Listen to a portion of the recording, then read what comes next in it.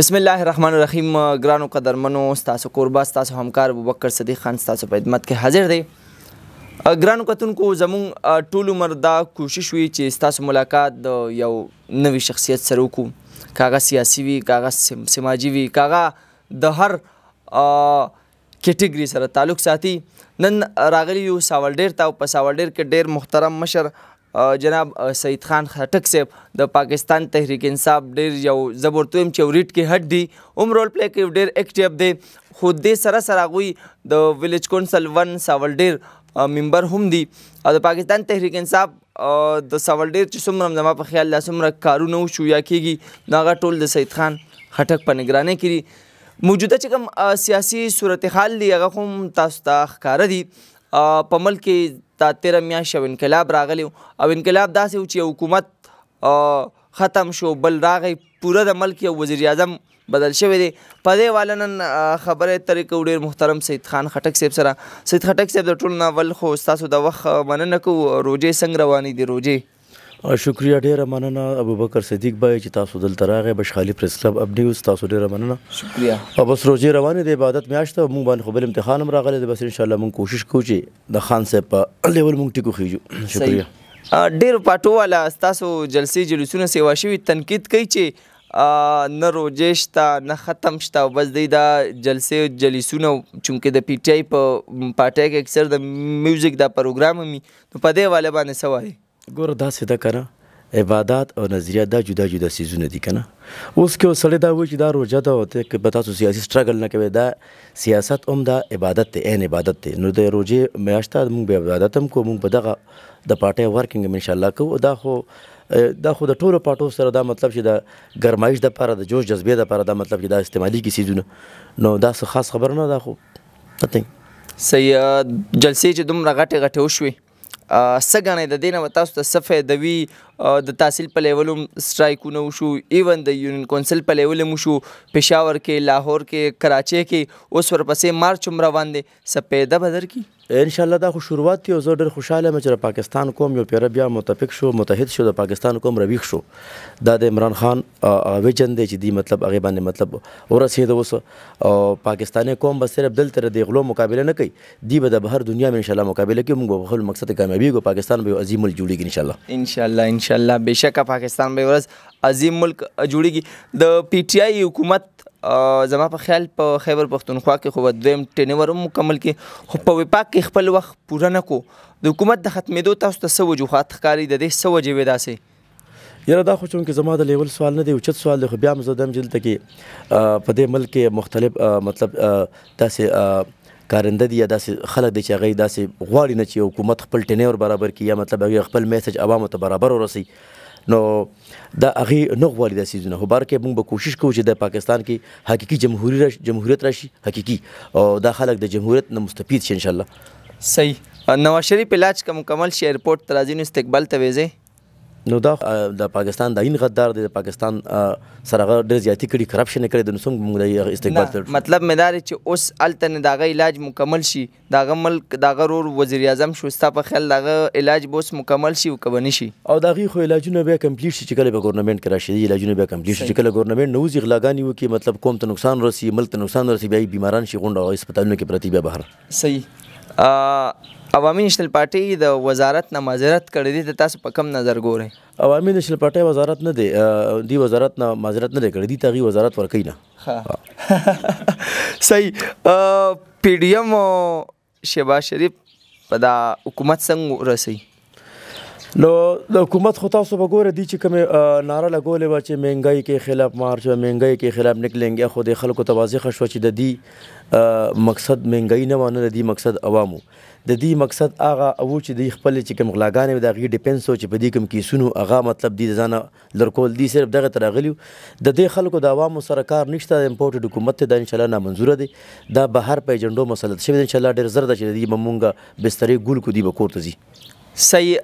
شهباز صاحب چې کومون هغه وزیر اعظم شو، د مولانا صاحب زوی وزیر مواصلات شو، خو دا صدر به څوک جوړیږي؟ د صدر مثال خو تاسو سره دی چې بس خو دغه یو دی، خو صرف د پی ډي ایم صدر دی، هغه له خو یې ډایرکشن بله ورکړې، دغه چې کوم پرای شاه دیم عبدالله دیوانه، هغه صرف د پی ډي ایم صدر زما نشي خیال چې دا صدارت هم راشي ځکه دا ډېر زر ده چې انشاءالله دا ګورنمنټ کور ته موږ دا دړن تخته کودل شي دا کور ته انشاءالله او دغه ته پکې نوبت هم صدارت ته رانشي. صحیح. د پی ټی آی د حکومت په ختمېدو کې د ادارو څه کردار و؟ نو کمنټس. صحیح. ښه دا راته ووایئ د جنرال الیکشن دپاره ستاسو څه تیارې دي؟ د جنرال الیکشن دپاره زموږ ښه زبردست تیارې روانې دي انشاءالله او پاکستاني قوم انشاءالله یو جذبه ده یو جوش دی یو جنون دی. تاسو به ګورئ زموږ چې په اسلام آباد کې مطلب جلسه وشوه زموږ په لاهور کې وشوه زموږ په پېښور کې وشوه زموږ په کراچۍ کې وشوه داسې اوس به موږ مارچ ته وځو انشاءالله. نو په جنرال الیکشن کې به موږ انشاءالله भरपूर तरक्की سره خپل واپسی کوو انشاءالله او کوشش وکړو چې موږ په دوه تهائی اکثر سره انشاءالله عمران خان وزیر اعظم راولو او د کوم موږ آزاد فیصلې وکړو آزاد خپل خارجه پالیسي جوړ کړو انشاءالله. صحیح. جی ګرانو کتونکو اوس به لږې شانته خبرې چونکې مونږ د ساولډیر په لیول هم کوو که هغه د حکومت سره تعلق ساتي چونکې سید خټک صاحب چې کم دی نو هغه د حکومت چې په ساولډیر کې کم سوشل اکټیویټیز کیږي چونکې دوی یو سوشل اکټیویسټ هم دي د خپلې معاشرې دپاره د چاپېریال لپاره منډې تړل هم وي نو په هغه حواله به ورسره هم خبرې اترې کوو. زما په خیال په صوبه کې حکومت هم ستاسو دی نو د ساولډیر داسې کمې منصوبې دي تاسو په تېر ټینور کې هم ډېر غټ کارونه کړي پی ټی آی تاسو مزید څه ګڼئ چې د ساولډیر عوامو دپاره به تاسو مزید نور څه کوئ؟ سوال د بهترینو کو چونکې موږ د عوامو نه عوام زموږ نه دي انشاءالله د عوامو چې موږ ډېر خدمت هم کوو موږ دلته ډېر کارونه داسې هم کوو بیا هم چې نیمګړي انشاءالله نو بس هغه موږ ته پته لګي هغه هم انشاءالله کوو څومره هم چې کارونه دلته ډېر زیات کارونه د کنسټرکشن هم وشو دلته ادارو کې هم کارونه ډېر زیات وشو انشاءالله او نور هم چې څومره دي مطلب ستونزې دي څومره دي کړمې دي انشاءالله اب دي په درشل باندې انشاءالله حل کوو چې څومره دي موږ ته معلوم دي. صحیح. سید خټک صاحب اکثر په سوشل میډیا باندې که مونږ وګورو چونکې نن سبا سوشل میډیا چې کومه ده نو هغه د وخت یو ضرورت هم دی خو زما په خیال دا زموږ یو کمزوري هم ده د سیاسي دا چې کومه پناه جوړه شوې ده کمنټونو ته که مونږ وګورو د خلکو نظریې ته وګورو د هغې هغه الفاظو ته وګورو نو زما په خیال زموږ هغه کلچر او زموږ هغه زموږ چې کوم هغه روایاتو کم کلتورو کم د ناستې پاستې هغه دغه نو هغه د خلکو نه هېر شوي دي نو څه ګڼئ چې دا عوام به د سیاست سره یو پاکه ژبه یوه ښکلې ژبه دا به څنګه استعمالوي؟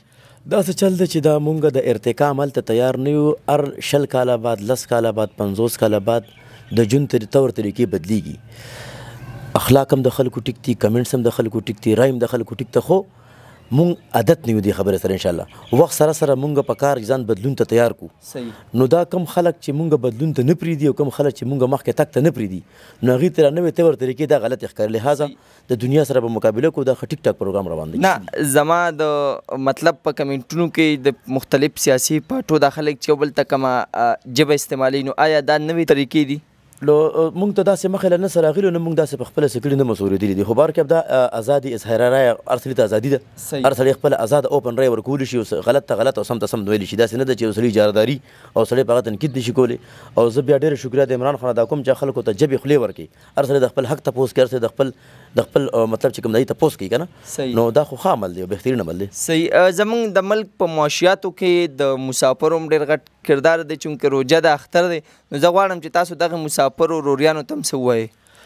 مسافر ما په خپله مسافري کړې ده مسافرو ته زه سلیوټ کوم دا د پاکستان چې کوم د ملا ډوکې د هغې د خاص کر چې څومره دا مونږ دې سپورټ کو خاص کر عمران خان چې څومره دې سپورټ کو نو زه د دې زه ما سره الفاظ نشي دا کوم انشاءالله او باقي دا ملک دا مسافر چلی په اصلي معنو کې هغې چې مونږ ته کومې پیسې رالیږي ځکه دلته چې کوم حکومتونه راشي هغوی خو صرف قرض اخلي یا مطلب ځي IMF ته ځي صرف یو دغه مسافر دی چې مونږ ته خالص مخلص د بهر نه پیسې رالیږو دا ملک پې چلیږي نو زه هغې ته پیره بیا د هغې مطلب خراج تسلیم پیش کوم د هغې زه ډېر شکر ګزار ته کوم او خدای پاک ته هر سړی چې کوم صاحب حیثیت هلته برابر شوی خدای په کلي کې آمین. ډېره مننه جی سید خټک صاحب په آخره کې زموږ چې کوم کتونکو دي هغوی ته تاسو د خپل اړخ رسي او پیغام ورکول غواړئ؟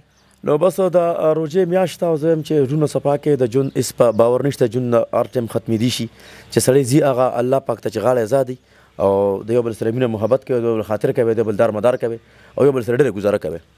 ډېره مننه جی ګرانو کتونکو موږ سره ډېر محترم سید خټک صاحب کوم چې په ساولډیر کې د سیاسي هلو ځلو سره فلاحي کارونو کې هم ډېره برپور حصه اخلي او د ساولډیر زما په خیال چې د ماشوم د هر یو کس غواړي چې خدمت وکړي او د پاکستان تحریک انصاف زما په خیال چې څومره هم پراجیکټونه وشو یا کېږي په ساولډیر کې نو هغه سید خټک صاحب په نګرانۍ کې دي اوسه پورې زه هم ستاسو کوربه ابوبکر صدیق کیمرامین طیب جمال سره ورکې اجازت د لوی الله په امان.